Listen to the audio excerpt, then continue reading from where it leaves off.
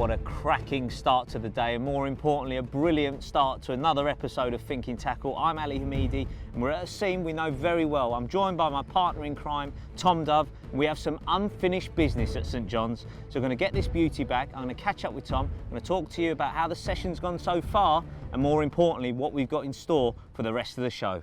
What a beauty.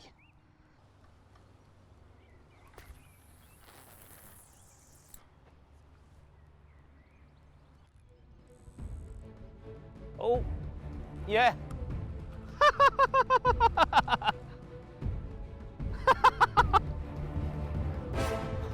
Well, I think I just broke the record for the fastest take ever on Thinking Tackle. We were going to catch up with Dovey, but he'd kindly gone over there just to watch the rig go in, throw some bait over the top and replenish the spot with some of the goodies that we're putting down there. And it's the exact spot that we did an underwater project on, and literally the cast has landed. Very attractive hook bait, full of taste, colour, smell, and literally it's hit the deck. I've just slackened the line off in my hand just to feel it, and it's pulled out and Tom shouted, "You're away, you're away." So he's seen the fish take the bait from over there. You just couldn't script it. Dovey, he's back round. I think we need to set that net up, mate. It's definitely not a big fish. They've stocked this lake since we were lucky enough to be here for just under a month, watching them underwater. And they've put a lot of these beautiful Scalia Simo stock, not the sort of scaleless ones that are well known. There's all sorts here. And that was pretty amazing, Dovey, wasn't it? Here we go. I'm going to show you obviously the rigs, the bait, everything we're doing to get these day ticket carp on the bank. And there's another one. Brilliant. Well, definitely a stocky, this one. Lovely little carp. Obviously that tail's had a little bit of damage, possibly when it was young or before it went in. But another carp. And finally, I'm going to put this back. I won't recast the rod, and we are definitely now going to catch up with Mr. Dove.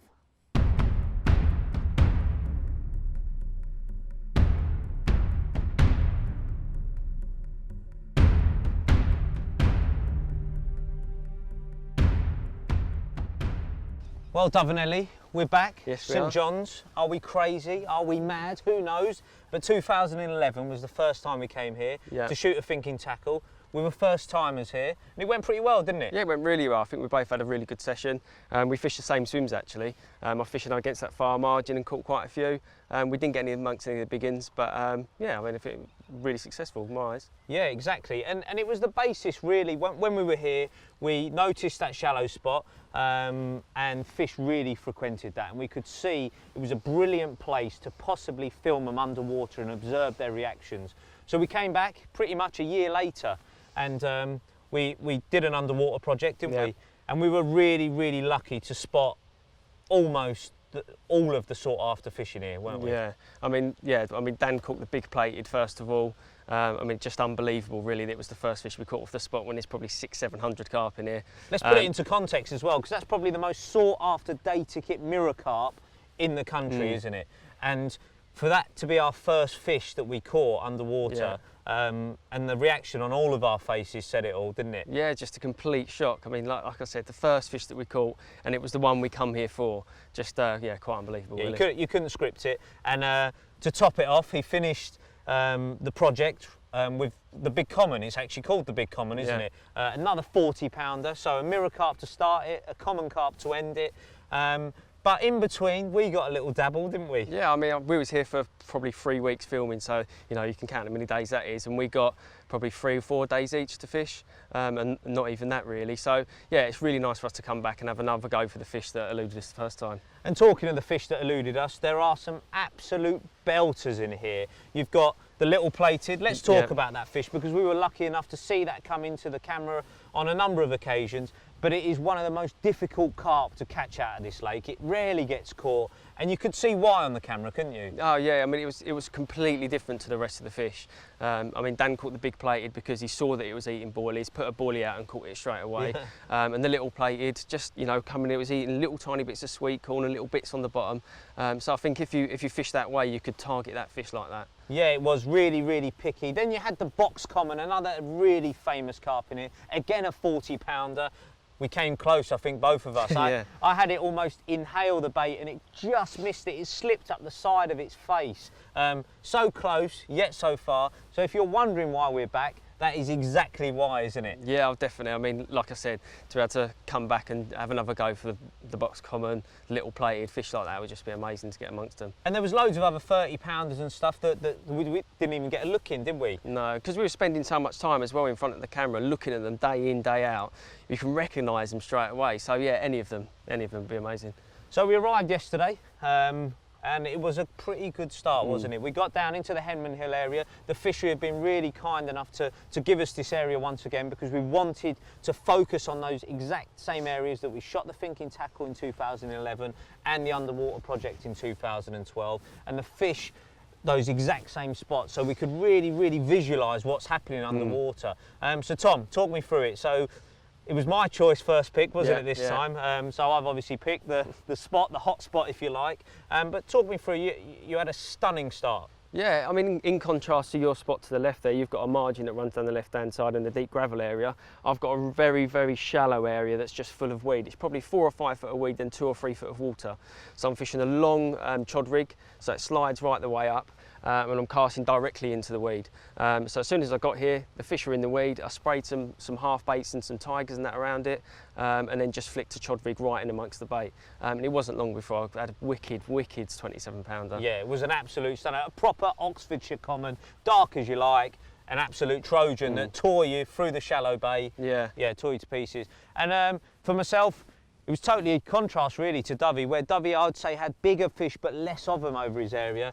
The spot where we filmed the underwater project was alive with lots of smaller carp that they've stocked since we were here basically. They've put 200 odd fish into here and it was really, really busy along there, and it was only a matter of time before I got bites, and I was lucky enough to have sort of, I think 5 or 6 bites yesterday, landed 4 and then obviously the couple this morning. So we're off to a flyer. Oh, definitely, yeah. We're going to explore this whole area, aren't we? Because it's a little bit different now. I don't think you've got the big weed beds up that were here when we filmed in the summertime. Yeah. What's the plan with the location, Tom? I mean, that far margin that I fished last time is obviously a very good area. I don't know how many people fish it that successfully, whether they're getting right underneath the trees or not. So I've put one right up against there and walking around and putting some bait in the edge over there, just like I did last time. And then that bit of open water that I said about to the right, I'm going to concentrate on that quite a lot because it goes 2 foot deep and then it goes probably down to about 4 or 5 foot. And I can imagine if the sun comes out, the fish are going to come in from that direction and hopefully they'll get on my bait that I've put out there. So that's what I'm going to do. Right, great stuff. Well, we're going to get some rigs tied. Tom's got a rod to get back out there. I've got to get along that margin and sprinkle some bait in. So without further ado, I'm going to get cracking with that.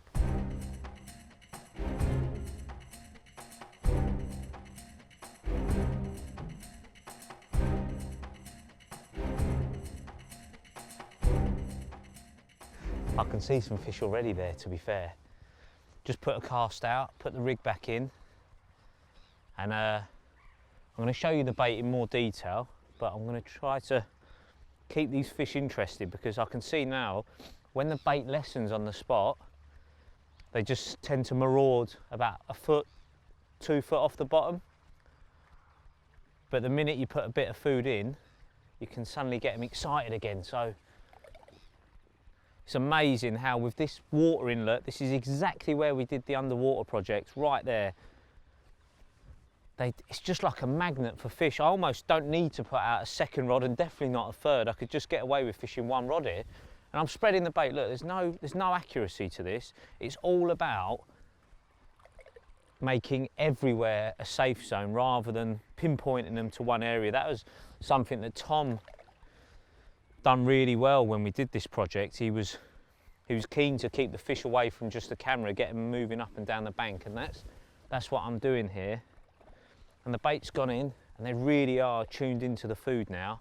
So little sprinkles there. This is something we didn't use when we filmed them underwater, maggots. I'm just putting a little sprinkling of these over the top as well, just for something different, just to tune them in. And again, not literally, look, just little handfuls over the area. And that's just keeping fish interested, different food signals, different food types. And what I've seen from observing fish at close quarters is that every carp has a different taste. Some are boily munchers, some are veggie eaters, so they love the corn, some like tiger nuts, and all carp love maggots. So a right little sprinkling there, just to keep them busy. And I've done enough. I'm going to spread a little bit more bait around and get back and relieve Tom of rod guarding duties.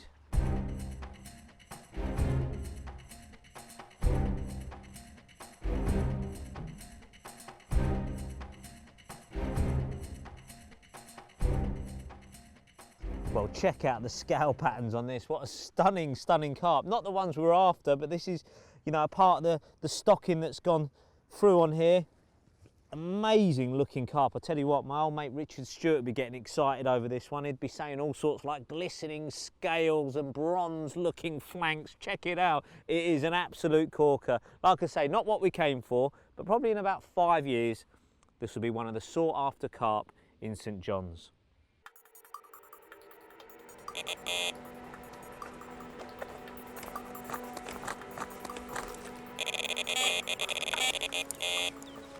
Coming to the rod rescue.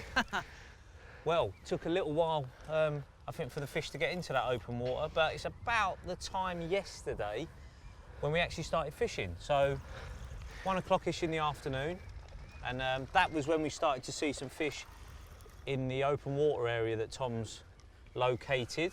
And good timing, mate, eh? Yeah, definitely. I think that wind swung, isn't it? And the sun's come up a little bit, it got a little bit warmer, and it just started to look good for it.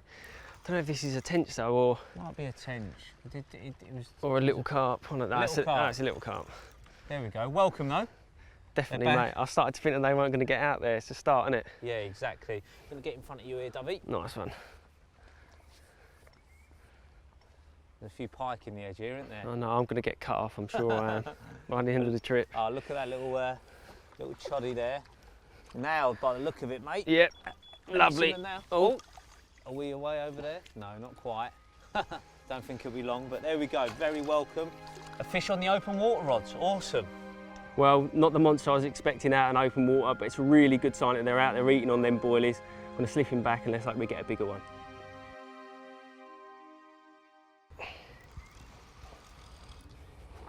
Just slipped it back, and then the other rod goes. How about that? I reckon a group of fish must have just turned up, because I probably put out 1.5 kilos, 2 kilos last night. I didn't have anything through the night, so it must all still be out there. They've turned up, eating it, and 2 of them have got nailed. This one feels a bit bigger than the last one. That'll do though, mate, won't it? Certainly, mate, yeah, lovely. Especially after a quiet day, you start thinking there's something wrong. No. But just got to sit tight and wait for it to happen sometimes. Exactly, exactly. It was just a matter of there no fish there. You know, yesterday there was lots of carp showing, wasn't there, and boiling up on the area. So I'm going to get myself in position, but definitely think we're going to pick out a better stamp in that area. Yeah, hopefully. Sure. Oh, this one won't be breaking no PBs for you, mate, but very welcome. Come on. Go on. Here we go.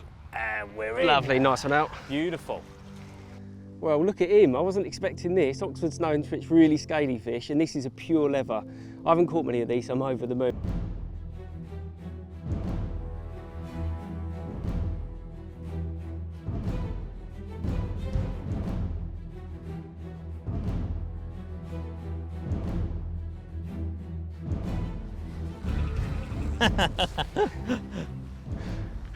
This is basically my fish now, mate.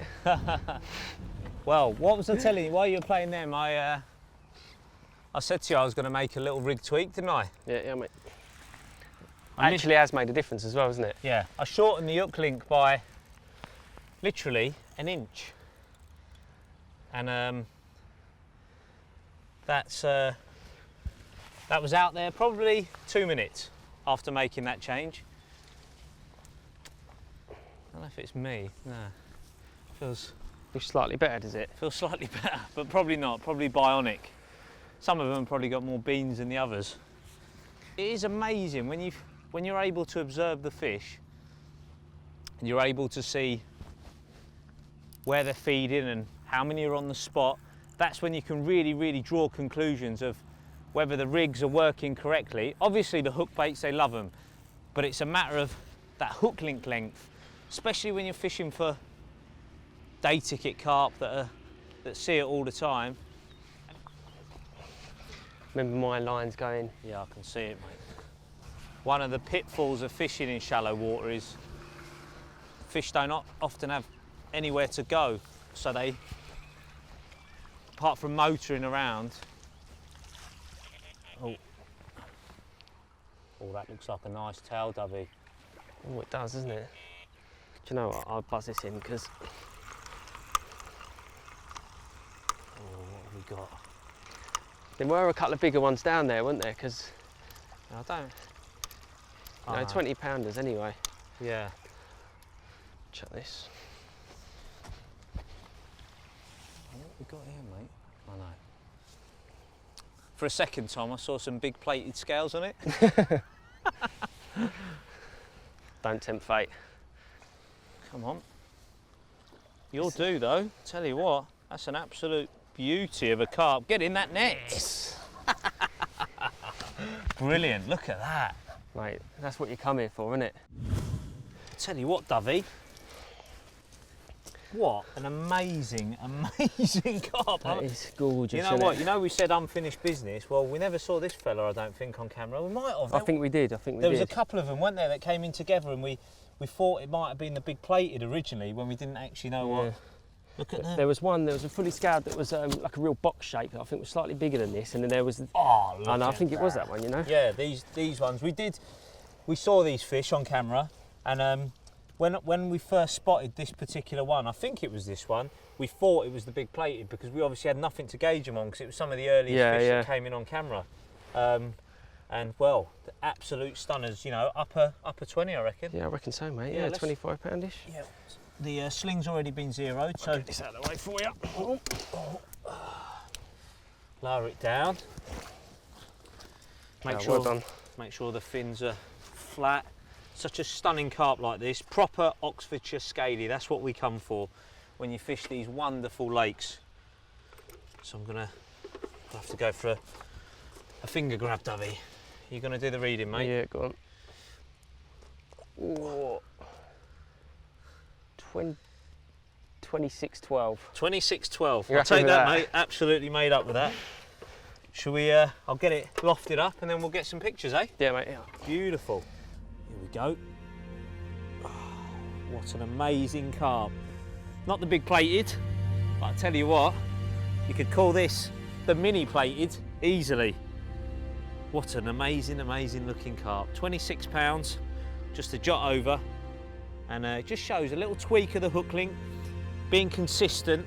And if you're not getting bites when you think you should, we've already seen from all the underwater filming that we've done that you've got to make tweaks and tiny adjustments and you'll land stunners like this in no time. What a result. Well, finally a lull in the action. Yeah. A couple of bonus fish very quickly back to back on the choddies. Yeah. So no better time to have a look at the rig. Exactly. So let's have a rundown. First thing, the length of the lead core, Tom. Any preference? Just over a metre long. I don't go too long. A couple of lads that I see fish use, you know, sort of 8-10 foot of lead core. I think that's a bit over the top, to be honest. I think that's enough. That's a fair old extension there. I tell you what, I need long wingspan. If you're fishing much longer than that, you shouldn't be fishing in the weed you're fishing in. You know, in my eyes, a metre and a half long is good enough. Still on the fish safety part. Yeah. You've got a little no trace system here. Yeah. A bead with a slot in it. Yeah, bead with a slot. So if you crack off your line, obviously the lead's going to be on the end still. Your chod rig's going to slide up. It's going to knock the bead off. The bead's going to come off the line, and then you've got the inside diameter of the ring swivel for it to just come off easily off the line. Okay, brilliant. So really simple. Kind of a similar process to like a flying back lead, how it all works. Yeah, exactly the same. Just slides off a slot. So really easy. Push that sleeve on, and then the bead goes on. Wonderful. Right, now let's get down to the serious bit, the hook link. Now, if I get this in position, the first thing I noticed, Tom, with a lot of your chod rig fishing is the length of it. Very short, probably about half an inch of mouth trap there. Yeah, only half an inch. Because I'm fishing over a bit of bait, I tend to fish them as close to the bottom as I can. If I'm fishing with singles early spring, I tend to go a little bit higher, but generally I'm inch and a half off the bottom. Yeah, brilliant stuff. Now the next interesting thing is that hook. I've seen the shape before on Thinking Tackle, but never with an outturned eye. Why is that? No, it's the same crank pattern, but it's just got an outturned eye so people can fish it with a stiff mono as their hook link. All right, brilliant. And what I notice as well is not only have you got that outturned eye with a nice big gape, that the nature and the pattern of that hook does really give it quite an aggressive curve without you actually having to curve the material, the monofilament too much. Yeah, I mean it's so short as well, the monofilament. I don't want to kink it too much. You end up closing the gape again. So I just sweep it round with the shank of the hook. And it sits really, really aggressively like a claw. Final point, the actual pop-up itself. Yeah, it's a little 12mm garlic pop-up. I've been doing really well on them recently when I've been fishing elsewhere, so why not put them on here? Yeah, absolutely. And you've always loved this sort of duller yellow colour, haven't you? Not really fluorescent yellow and not sort of brownish. It's still quite subtle, isn't it? Yeah, it's sort of a dull yellow, so they can see it, but it's not too garish. I think if they're too bright sometimes, they're unwilling to take them. So yeah, that dark yellow I've done really well on in the past, so just carry on using them. Now, we saw, when we did the underwater project, we saw Dan catch the big common. On a pop-up, on a pink one at the time, again on a helicopter system, but on a hinge stiff rig. Yeah. Are you one of those that's brave enough, if you like, if you see it as being brave, to fish a pop-up on a gravel spot? I tend not to be honest. I don't think you're going to get as many bites as you would fishing with like a wafter style bait on the deck. I think Elliot at the time, who told him to put it on, he fishes for big fish all the time and he's trying to pick them out, and that method would do that. But because I'm fishing for bites all the time, I want to fish it on the deck and get more fish. Okay, so really the reason you use it is because you're fishing in weeds, over chod, and you just want the hook bait exposed. Yeah, I wouldn't fish it on the gravel because it's a bit obvious.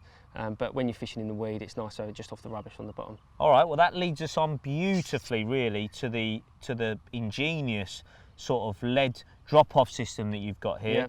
Yeah. I love fishing naked chods. I've used them at Gigantica before, fishing at range, and I had to always cobble together a way of discharging a heavy lead at range.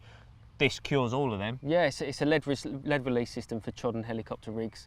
Now there's been times in the past as well when I wanted to fish a chod rig at range, but I just haven't done it because it's too much aggro to try and get rid of a 4 or 5 ounce lead, or when it's extremely weedy you don't want the lead on at all. So yeah, I mean that solves all the problems. So if you look at it, pretty crazy looking thing, but it's actually a spring-loaded mechanism. I believe from what you've told me, if I show you there, you'll see this little socket there. Have a look there, there's just like a little front to it, and when you've got pressure from the top of it, i.e. a fish pulling down on the hook link, you have to have pressure from the top to force the little gate upwards, and when it does so, then it allows the lead to fall off. So it's not going to come off in use, it'll only ever come off when you've got a fish on. So if you have a look there, I can see it, that gate goes up, and if I just give that a little shake, watch, couple, just mimicking a carp, bang, off it goes. So really, really easily, when you're fishing in heavy weed at range and you want to ensure that lead comes off, that cures all of those problems. Yeah, I mean definitely. I've fished a lead clip for years because I always want to get rid of lead every single time I ever take. But with a helicopter setup, you get less tangles than you even do with a lead clip. So this is something I'm going to use a lot in the future. Well, wonderful. A really, really clever setup. A couple of tweaks that will hopefully keep on landing pressured day ticket carp for many more years to come.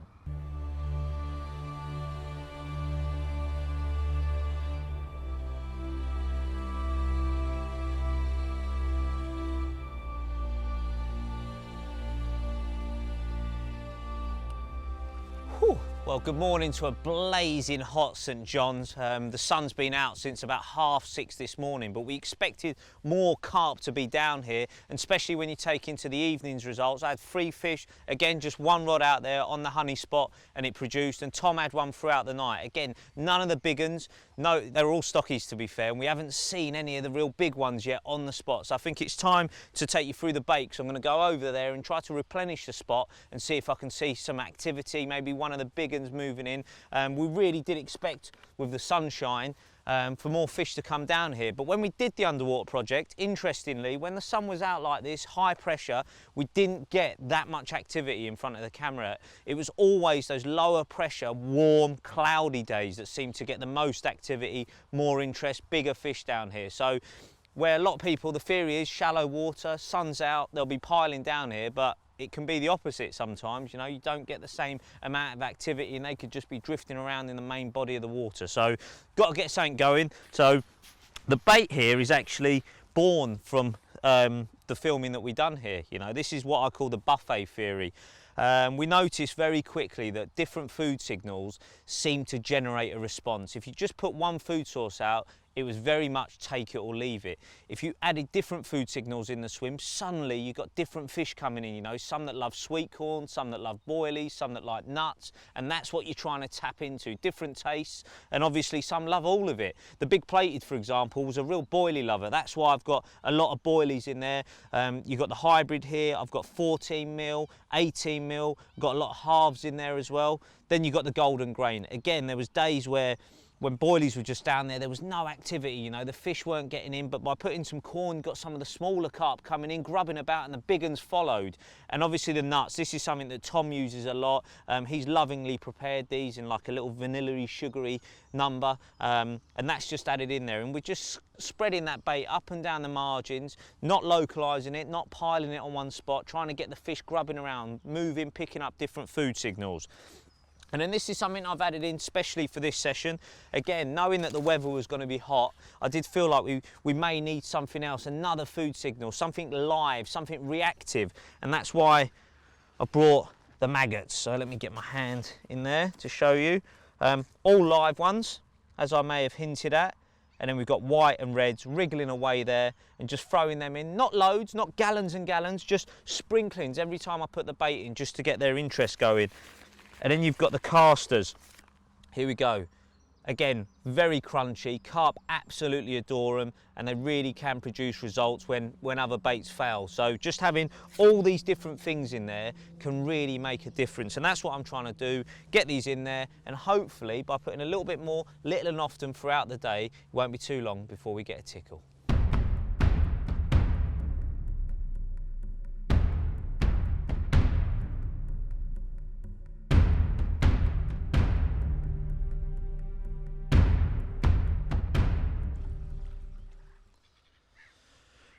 Right, time to show you the rig that's been so successful till now. Firstly, we're going to run through the lead system. Let me just take some of this weed off so you can see it nicely. Now, this is a lead system that was probably the most successful one that I used whilst I was fishing and having the underwater cameras there so I could see the carp's reaction to it. It's an inline lead and it's running on one of these leaders. Now the first thing to make it so free running is to tap out the insert that would normally come with the lead, and that just slides onto the leader before you tie it on. Also what you add on is one of these little tapered sleeves and the safety beads that Tom was also using on his Chod setup. So that's up there and that slides. You can move this up and down, but I'll explain what that's for in a minute.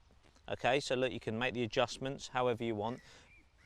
But this is the important part. Now, because I've taken the insert out of the inline lead to make it free running, and you've got this ring swivel leader there, which I've cut the ring off for the hook link part, this just butts up nicely onto that swivel and it just forms enough resistance so when the fish picks it up, they feel the weight of the lead and then it just slides away, okay? And it'll slide away so they think it's free, they think it's free, they think it's free, and then bang, it butts up against that shocker bead, okay? And that's what we call the shocker rig. And it's a combination of a running rig and a bolt effect. So you get the running rig at the beginning and then they hit the bead at the end, and that really does cause them no end of problems. And I do, if you can, if there's not a lot of weed, certainly where I'm fishing, it's not to the surface yet, you know, summertime, might have to make changes, but this time of year, it's a perfect little setup for pressured carp.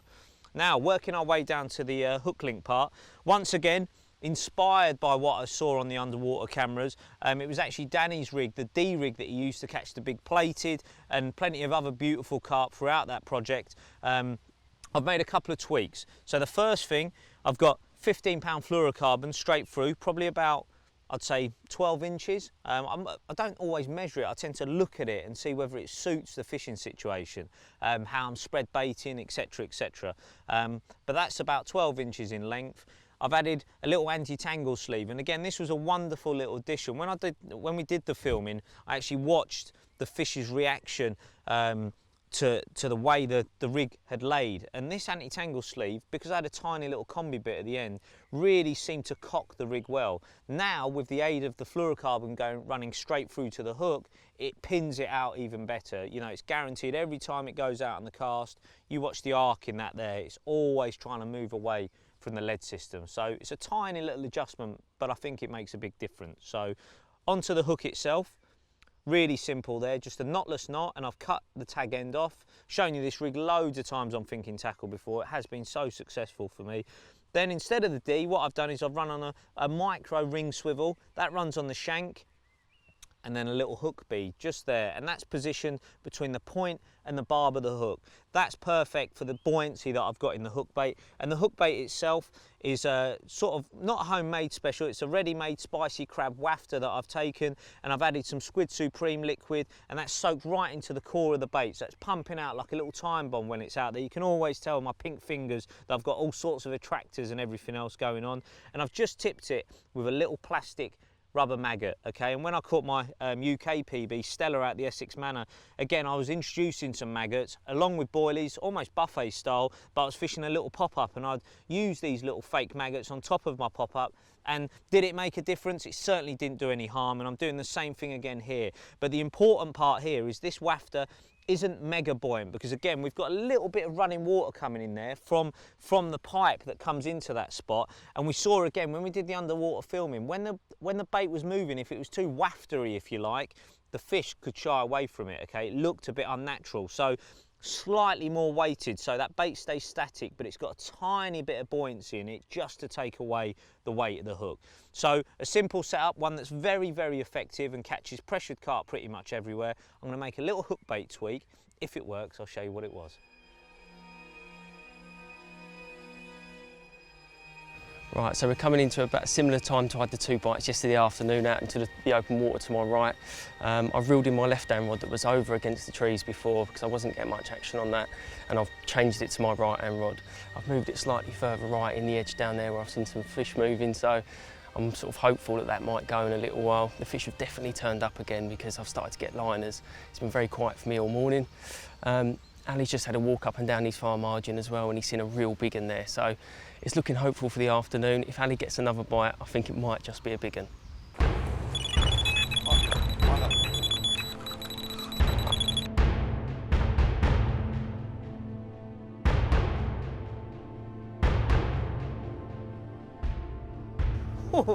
It's been a grueling old day, and I've just literally gone round there to sprinkle some bait in. I've been getting terrorised by ducks all morning on the spot, and I told you we were going to make a little hook bait tweak. We've done that. This doesn't feel like the smallest fish in the world. Don't think it's the biggest ever, but it's picked up the other line. But believe it or not, Tom was answering the call of nature. I was round there, so our very own chef, Kurt, had to guard the rods for a minute while I went round and it roared off. Looks like a Right, this is like enough line on that. fat little Simo, not the monster that was out there, but welcome nonetheless. Just pulling. Whee! Summer's at full stretch. Oh, full stretch. Awesome. Awesome. Results.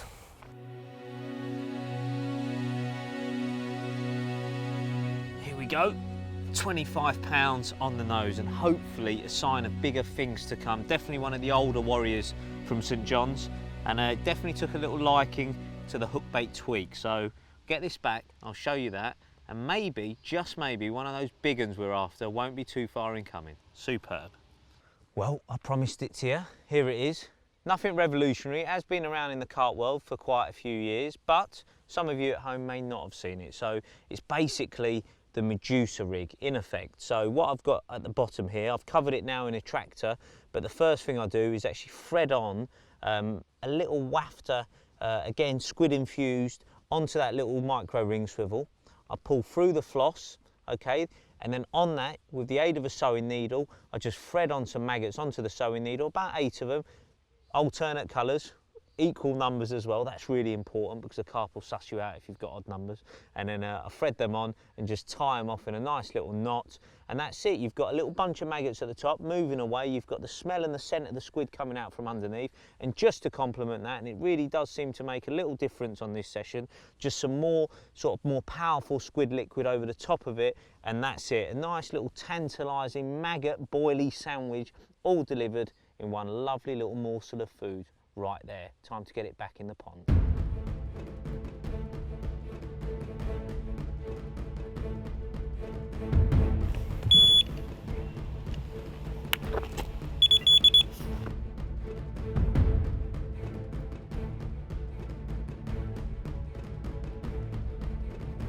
Oh, it's a nice one. Look at that. It's not as small as I thought, Dovey. Oh. It's not. That looks gorgeous. That looks gorgeous, mate. Oh yeah. Not sure exactly how big, but he's one of the ones I've seen. I recognise those couple of scales on one side. Get in there. Don't fall over. Quality. Well, that didn't take long. Got the rig back out. £30, I reckon. £30, did you reckon? Yeah. Oh, yeah, brilliant. Mate, there's one I've seen on the spot. A couple of scales on one side. Dovey, turn it over, you might see it. It has got two scales on this side, I think. Got the rig back out straight away. Like I say, yeah, couple up, exactly that fish. We've seen it on the spot. Quite long, difficult to tell how big it is, but when it goes sideways, you can see across its flank, you could tell might have been a better fish. And it's in my net, unbelievable, you know. Just shows, get a little tweak every now and again. Obviously the sun's just starting to drop a little bit, cooling down, more fish on the spot, and hey ho, a carp in the net, quality. Well, here we go, we've just done the weigh-in, 32.14, sometimes hovering on 33, but it's not a PB, so it really doesn't matter. It's totally irrelevant, but it is definitely my first St John's 30. So in a way, mission accomplished my end. Dovey's had 30s before, but let's get it up to have a look at. A real old warrior, this one, a proper Oxfordshire character that's still fighting right now. I'm going to try to get him up so you can have a good look at him. Here we go. Oh. Here we go. Quite heavy. A little while since I lifted one up like this. What a stunner, and what a way to go in to our final evening on St John's. Maybe, just maybe, there's something more special in store, but for me, I'm absolutely made up with this one. It has definitely capped the trip off very, very nicely indeed.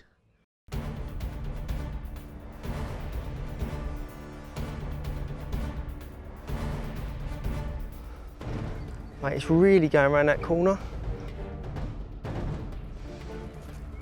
Go left foot first. You just concentrate on that, yeah?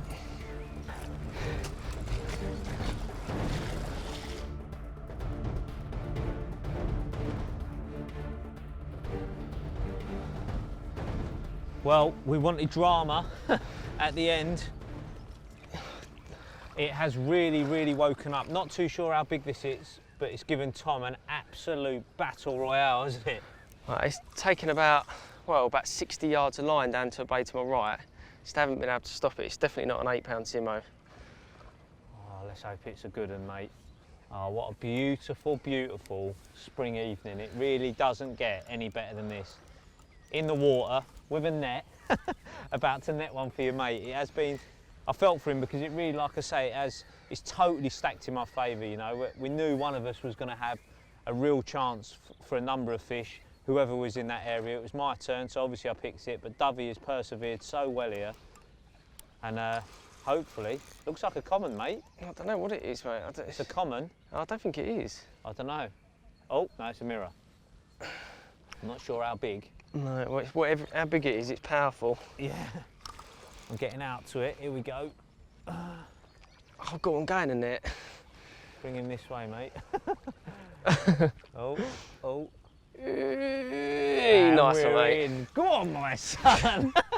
Do you know, that's been frustrating for me, that has. I'm pleased about that. Oh, what a cracking end to the day. Look, just when we thought it was going to be over, that, my friend, ain't going to be too far shy of £30 if it ain't 30. Wowzers, look at that. What an absolute powerhouse. Awesome.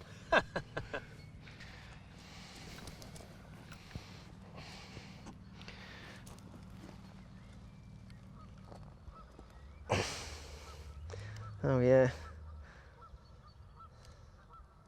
How big? 32.8. 32.8. Brilliant. Absolutely awesome, mate. 32 pounds 8. 230. Chinese dentist for the evening. After waiting all of that time, there's lioness in our here.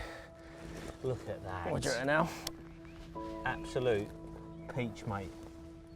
He's solid. No wonder he fought so hard. That is just pure muscle, mate. Yeah, it is. Absolute brute muscle. Do you know what? I don't think I would have landed that if that lead hadn't come off. Yeah. That amount of weed around. Awesome little system, you know. Unless you tied it on or you cobbled together, that little mechanism, the spring-loaded, like little heli drop-off system that you had, absolutely wicked. And that heavy weed, wow. Look at that. Buzzing? Well, I'm so pleased with that. After, it's probably like 4 hours I've been sitting there wondering why I haven't had a bite. And for it to shoot off and get this right at the end of the day, absolute result, mate. Amazing, mate. Well, You're going to have to deal with that ball patch, aren't you? Unbelievable. What an end to an amazing, amazing evening. We've really had to work at it, but finally he's come up trumps. Always does, to be fair to him. That's why they call him the Dove from above.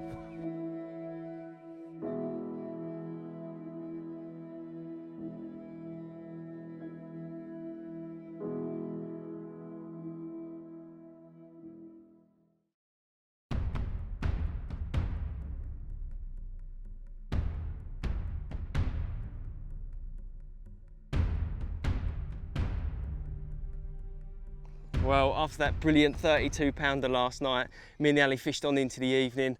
Ali had quite a few down his left-hand side. I think he had 5 or 6 before he reeled in before it got too dark.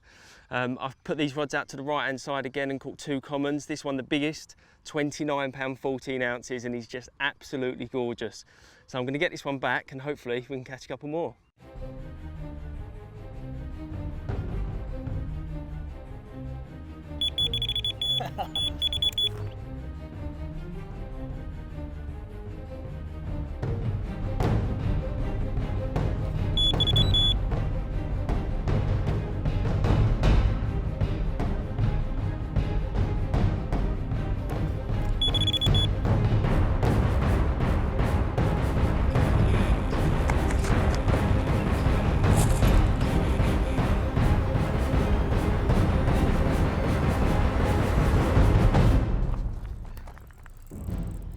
Well, what a crazy, crazy morning to carp fishing. I'm going to get my old mate Tom Dove in. It has been relentless, which is partly the reason I haven't fished any of the nights while I've been here. It's not picture up that, mate, is it? No, I'm miles to the right now, mate. It's been absolute chaos, and you know what? I've absolutely loved it this morning.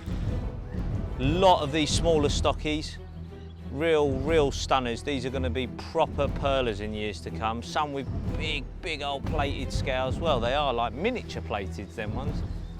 We've had the 30s, Dovey, haven't we? Yeah, we've had a proper mixture, haven't we? Commons, fully scouts, nearly, levers, Yeah. Pretty much everything. Absolutely, and it just shows like tiny little tweaks. I might have like 2 rods out at the moment, but for the bulk of the session, well, this is the 28th fish, or sorry, the 27th one that I'll hopefully land, well over 30 takes, and all on 1 rod. And for the bulk of the session, I've only had 1 rod out in the swim because there's no point drowning it out. Just in case, you know, some of them bigger ones come wandering in. If none of your other spots are producing, then why keep persevering when 1 rod's doing all the business? You can concentrate all your efforts in there. And Tom, do you reckon that little tweak when I put the maggots on and the extra attractors over the top made a big difference? Yeah, I think it's really helped. I think since you changed, that's when the action really kicked off on it. Yeah, a little change really helps sometimes, doesn't it? Absolutely. And yeah, it's been a case where I've helped myself to a few beauties, and Dovey, with the Chod rigs and everything, seems to have helped himself to the beast. But it's been an amazing session. 1 more in the bag, another one waiting there. Total chaos. Carp chaos. Here we go, Dovey. Another one. I don't know how many of these I've had. It's been ridiculous, mate, isn't it? Brilliant fun. Not the monsters we came for. No. We helped ourselves to a couple of 30s. It's left room for more fodder next time we come, don't you think? Yeah, definitely, mate. Yeah, it's a hard ask, isn't it, to get one of the real big uns when we just come every now and then. But yeah, mate, I love the lake. It's been kind to us. I'm looking forward to coming back. Absolutely. Well, let's get this one up and show you. They really are going to be stunning for many years to come. They have got a great stocking programme here, haven't Yeah, they really have. Yeah, they look after the future. You've got to think in 5 years to come, it might be one of the 30 pounders. Absolutely awesome. Now remember, for more tips and tricks from this series, visit thinkingtackle.com. All that's left to say from myself, the dove from above, and this little fella is thank you very much for watching, and see you on the bank sometime.